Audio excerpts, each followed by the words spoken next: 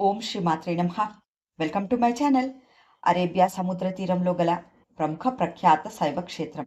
ఆకాశాన్ని తాకే మహాశివుని విగ్రహం. ప్రపంచంలోనే అతి పొడవైన గాలిగోపురం. పురాణ వైభవం, క్లిష్టమైన శిల్పకళా నిర్మాణాలతో ఇది ప్రతి భక్తుడు తమ జీవితంలో తప్పక సందర్శించాల్సిన పవిత్ర క్షేత్రం. ఇన్ని విశిష్టతలున్న ఈ ఆలయం మురుడేశ్వర్లో ఉంది. ఈరోజు మురుడేశ్వర ఆలయాన్ని సందర్శిద్దాం పదండి. కర్ణాటక ట్రిప్ భాగంగా జోగ్ ఫాల్స్ని సందర్శించిన మేము 94 కిలోమీటర్స్ ట్రావెల్ చేసి మురుడేశ్వర ఆలయానికి చేరుకున్నాం.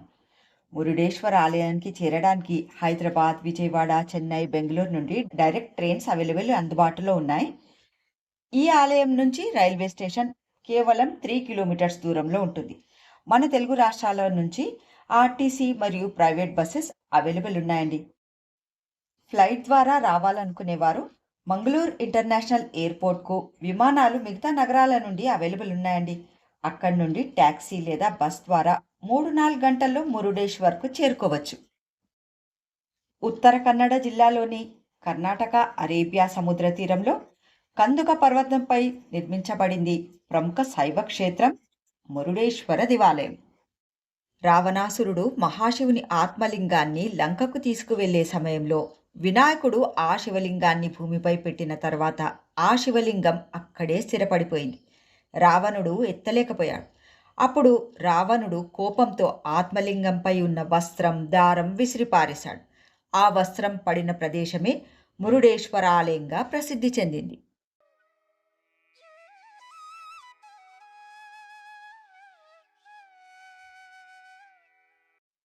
ఇక్కడ మీరు చూస్తున్నది మురుడేశ్వర ఆలయ రాజగోపురం.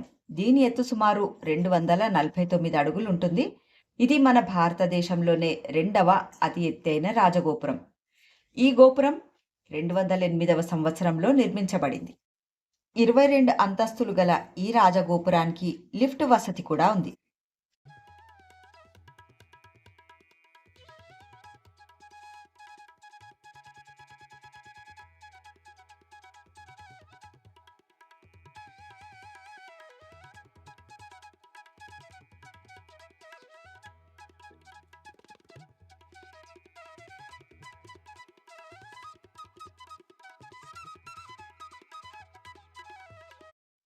ఈ ఆలయ గోపురం ఎంట్రన్స్లో ఏనుగుల విగ్రహాలుంటాయి. ఈ గోపురం చుట్టూ కూర్చోవడానికి స్థలంని ఏర్పాటు చేశారు. నైట్ టైం లైట్స్తో చాలా అందంగా ఉంటుంది ఈ గోపురం చూడడానికి. ప్రశాంతమైన వాతావరణంలో పెద్దవాళ్ళు, చిన్నవాళ్ళు ప్రతి ఒక్కరూ ఇక్కడ ఇలా రిలాక్స్ అవుతూ కూర్చొని గోపురాన్ని చూస్తూ సమయాన్ని గడపడం ఇష్టపడతారు.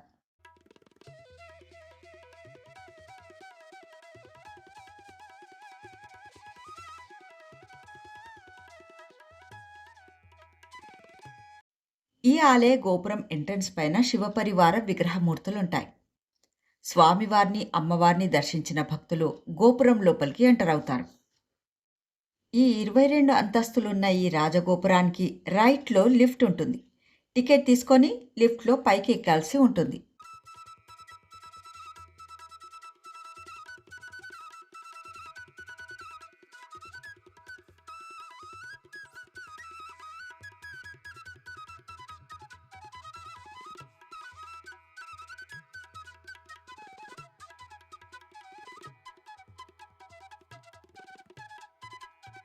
లిఫ్ట్ ద్వారా ఆలయ గోపుర పై అంతస్తుకు చేరుకున్న భక్తులు సముద్ర తీరం, కందుకా పర్వతం, మహాశివుని 123 అడుగుల ఎత్తైన విగ్రహాన్ని చూస్తూ, చుట్టూ ఉన్న ఈ మురుడేశ్వర ఆలయ పరిసరాల్ని చూస్తూ తెలియని ఆధ్యాత్మిక ఆనందానికి లోనవుతారు.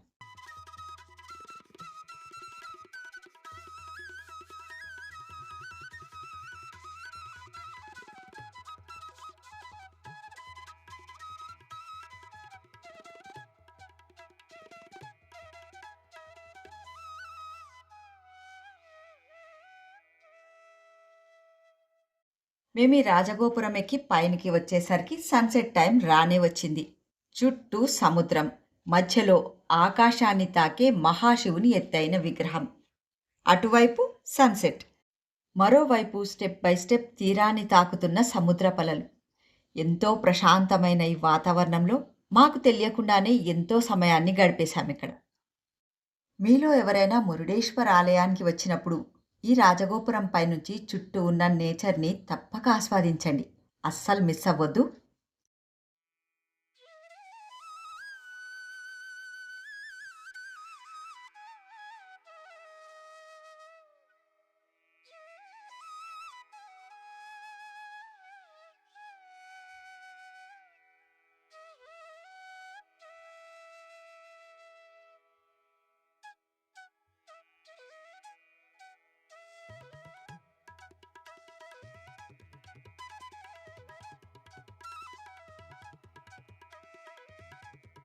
మీలో ఈ రాజగోపురం పైకి వచ్చిన వారు చుట్టూ ఉన్న ఈ నేచర్‌ని, సముద్రాన్ని చూస్తుంటే మీకెలాంటి ఫీలింగ్ కలిగిందో కామెంట్స్‌లో మాతో పాటు షేర్ చేయండి మీ ఫీలింగ్స్‌ని.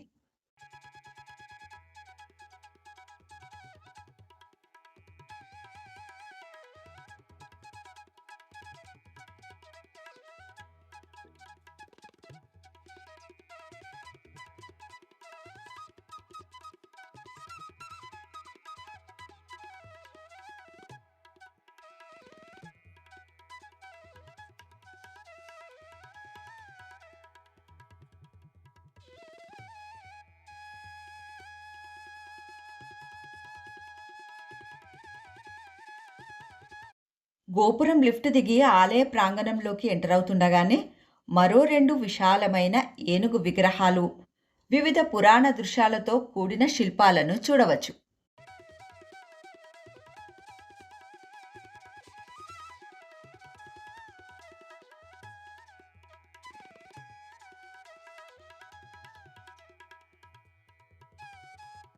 ఆలయ ధ్వజస్తంభాన్ని దర్శించిన గర్భాలయంలోని మూల విరాట్టుని దర్శించినంతటి పుణ్యం లభిస్తుందని పెద్దలంటారు.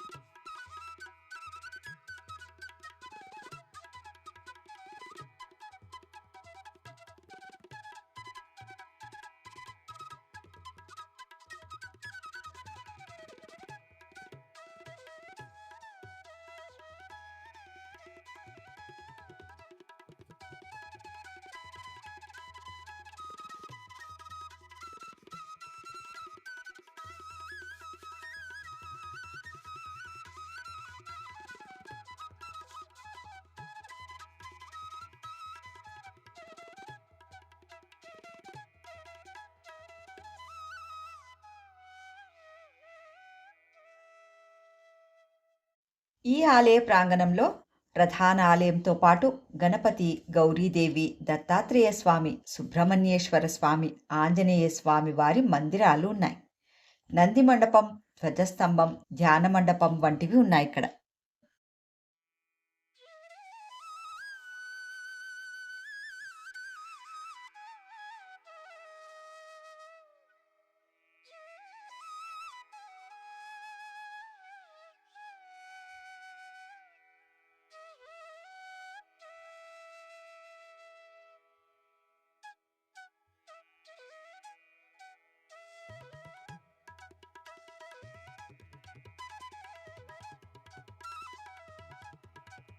ఈ ఆలయం మరో విశిష్టత ఆకాశాన్ని తాకుతున్నట్టుగా ఉన్న మహాశివుని విగ్రహం. ప్రపంచంలోనే అతిపెద్ద శివుని విగ్రహంగా ప్రసిద్ధి చెందిందిది. ఈ విగ్రహం సుమారు 123 అడుగుల ఎత్తులో ఉంటుంది. ఈ విగ్రహాన్ని చెక్కడానికి 2 సంవత్సరాల వ్యవధి పట్టిందట. కాశీనాథ్ గారు మరియు ఆయన కుమారుడు శ్రీధర్ గారు ఇతర శిల్పకళాకారులతో కలిసి ఈ విగ్రహాన్ని ₹1,00,00,000 ఖర్చుతో రూపొందించారు. విశేషంగా ఈ శివుని విగ్రహం సూర్యరశ్మి పడినప్పుడు మెరిసిపోతుండడం ఈ విగ్రహం ప్రత్యేకత.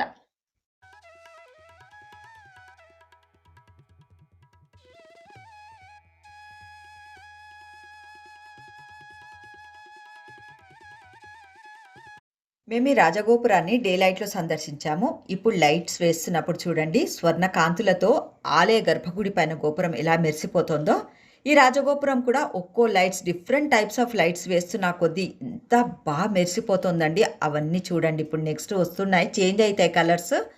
డిఫరెంట్ కలర్స్ ఆఫ్ లైట్స్‌తో ఈ రాజగోపురాన్ని చాలా బాగా డెకరేట్ చేశారు. ఒకసారి మన నేషనల్ ఫ్లాగ్ లైట్స్ కూడా వచ్చాయి. మహాశివుని ఎత్తైన విగ్రహం దగ్గరే మహాబలేశ్వర ఆలయం ఉంటుంది. మహాబలేశ్వర ఆలయానికి ఒకవైపు శనేశ్వరుని ఆలయము, మరోవైపు మ్యూజియం ఉంటుంది. మేము ఈ స్టాచ్యూ దగ్గరికి వచ్చేసరికి మహాబలేశ్వర స్వామి వారి హారతి సమయమైంది.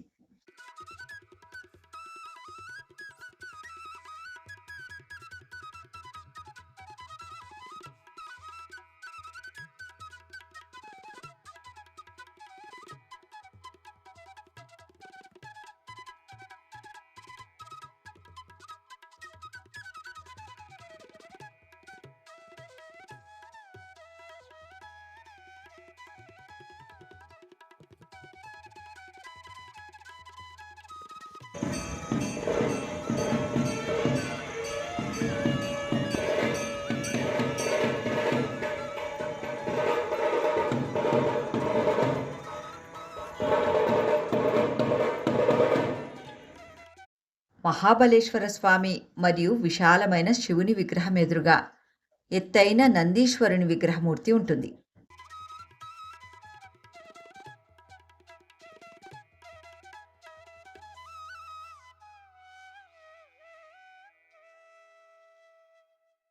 ఇది మహాబలేశ్వర స్వామి మందిరము.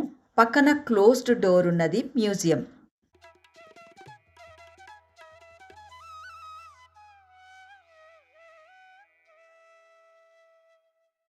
లంకాధిపతి రావణాసురుని తల్లి కైకసి ప్రతిరోజు సముద్రం ఒడ్డున ఓ శివలింగాన్ని చేసి ఆ శివలింగానికి పూజ చేసేది. మళ్ళీ నెక్స్ట్ డే వచ్చి చూసేసరికి సముద్రుడు ఆ శివలింగాన్ని తనతో పాటు సముద్రంలోకి తీసుకువెళ్ళేవాడు. దాంతో రావణుని తల్లి కైకసి సముద్రుని గర్వాన్ని అణచాలని రావణుణ్ణి మహాశివుని ఆత్మలింగాన్ని తీసుకురమ్మని చెప్తుంది. అప్పుడు రావణుడు తల్లి మాట కాదనలేక పరమేశ్వరుని ఆత్మలింగం కొరకై ఘోరమైన తపస్సు చేస్తాడు. రావణుని తపస్సుకు మెచ్చిన పరమేశ్వరుడు ప్రసన్నమై ప్రత్యక్షమై నీకేం కోరిక కావాలి కోరుకో అని అడుగుతాడు. అదే సమయంలో నారద మహర్షి నారాయణమూర్తి దగ్గరికి వెళ్ళి రావణాసురుడు ఆత్మలింగాన్ని లంకకు తీసుకువెళ్ళడం ఉచితం కాదని చెప్పడంతో శ్రీ మహావిష్ణువు రావణుని నాలుకపై మాయ ద్వారా వచ్చేస్తాడు. అప్పుడు ప్రత్యక్షమైన శివపార్వతులను చూసి ఆత్మలింగాన్ని అడగబోయిన రావణుడు పొరపాటున పార్వతీదేవిని అడుగుతాడు. అప్పుడు పరమేశ్వరుడు సరే తీసుకువెళ్ళు అని చెప్తాడు. అతిలోక సుందరి అయిన పార్వతీదేవిని వెంట తీసుకువెళ్తున్న రావణాసురుని చూసిన నారద మహర్షి చూసి అదేంటి పార్వతీదేవిని ఇమ్మని చెప్తే కాళికాదేవిని ఇచ్చారు ఆ మహాశివుడు, అసలైన పార్వతీదేవి మాయాసురుని వద్ద పాతాళ లోకంలో ఉంది కదా అని చెప్తాడు. దాంతో కాళికాదేవిని వదిలిపెట్టి పాతాళ లోకానికి వెళ్ళి మాయాసురుని జయించి మండోదరిని వివాహం చేసుకొని లంకకు తీసుకువెళ్తాడు. మండోదరిని వివాహం చేసుకొని వచ్చిన రావణాసురుని చూసిన తల్లి కైకసి అదేంటి నాయనా ఆత్మలింగాన్ని తీసుకువస్తా అని వెళ్ళి వివాహం చేసుకొని వచ్చావు అని చెప్తుంది. అప్పుడు గుర్తొస్తుంది రావణునికి అసలు సంగతి ఆత్మలింగం గురించి. అప్పుడు మళ్ళీ తపస్సు చేయడం ప్రారంభిస్తాడు. ఈసారి రావణాసురుడు ఘోరమైన తపస్సు చేసి మహాశివుని ప్రసన్నం చేసుకొని ఆత్మలింగాన్ని సాధించుకొని లంకకు తీసుకొని వస్తుంటాడు. మార్గ మధ్యలో వినాయకుడు బాలబ్రాహ్మణునిగా వస్తాడు. సంధ్యా సమయం అయితున్నట్లుగా శ్రీ మహావిష్ణువు తన సుదర్శన చక్రాన్ని సూర్యునికి అడ్డంగా పెడతాడు. ఓహో సంధ్యా సమయం అవుతుందిగా సంధ్యావందనానికి అని ఏం చేస్తాడు రావణాసురుడు ఆత్మలింగాన్ని బాల బటువుగా వచ్చిన వినాయక స్వామి వారి చేతిలో పెట్టి కింద పెట్టకు నేను వచ్చేస్తాను అని చెప్పి వెళ్తాడు. నేను 3 సార్లు పిలుస్తాను అంతలోగా వచ్చేయాలి అని వినాయకుడు చెప్తాడు. చెప్పడంతో కూడా రావణుడు రాకపోయేసరికి వినాయకుడు భూమిపైన పెట్టేస్తాడు. సముద్రం తీరంలో పెట్టేసరికి అది మహాబలంగా మారి మహాబలేశ్వరు స్వామివారి లింగంగా మారి ఇంకా అది కదలలేదన్నమాట. ఆ శివలింగాన్ని రావణాసురుడు లేపలేకపోతాడు. అప్పుడు రావణాసురుడు కోపంతో ఆత్మలింగంపై ఉన్న వస్త్రాన్ని దారాన్ని విసిరి పారేస్తాడు. ఆ వస్త్రం పడేసిన ప్రదేశమే మృడేశ్వర్గా ప్రసిద్ధి చెందింది. ఇలా వస్త్రం పడిన చోటు మృడేశ్వరం, దారం పడిన చోటు ధారేశ్వరం, సజ్జేశ్వరం, గుణవంతేశ్వరం, గోకర్ణ ఇలా అన్ని పంచశైవ క్షేత్రాలుగా మారాయివి.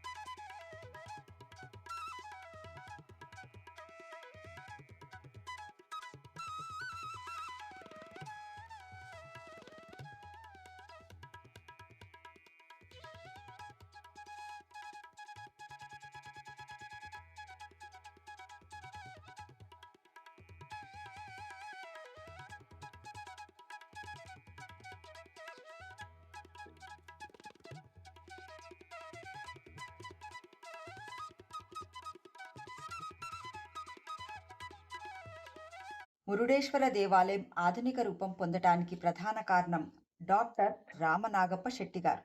వీరు మానవతావాది, ప్రముఖ వ్యాపారవేత్త, దాత. ఈ ఆలయంలో 249 అడుగుల రాజగోపురం, అందులో 20 అంతస్తులకు లిఫ్ట్ సదుపాయాన్ని ఏర్పాటు చేయడంతో పాటు 123 అడుగుల మహాశివుని విగ్రహాన్ని నిర్మించారు. మరెన్నో సదుపాయాలని భక్తుల కోసం ఇక్కడ ఏర్పాటు చేశారు వీరు. మురుడేశ్వర్లో స్టే చేయాలనుకునే వారికి ధర్మశాలలు, home stay, hotels, beach resorts వారి వారి బడ్జెట్కి అనుగుణంగా అవైలబుల్ ఉన్నాయి. మురుడేశ్వర్లో నిన్న మేము స్టే చేసిన హోటల్ ఇది. కర్ణాటక ట్రిప్ భాగంగా ఈరోజు డే 6. నిన్న స్వామివారిని దర్శించుకొని వచ్చిన మేము ఈరోజు మళ్ళీ మురుడేశ్వర ఆలయానికి వెళ్తున్నాం స్వామిని దర్శించడానికి.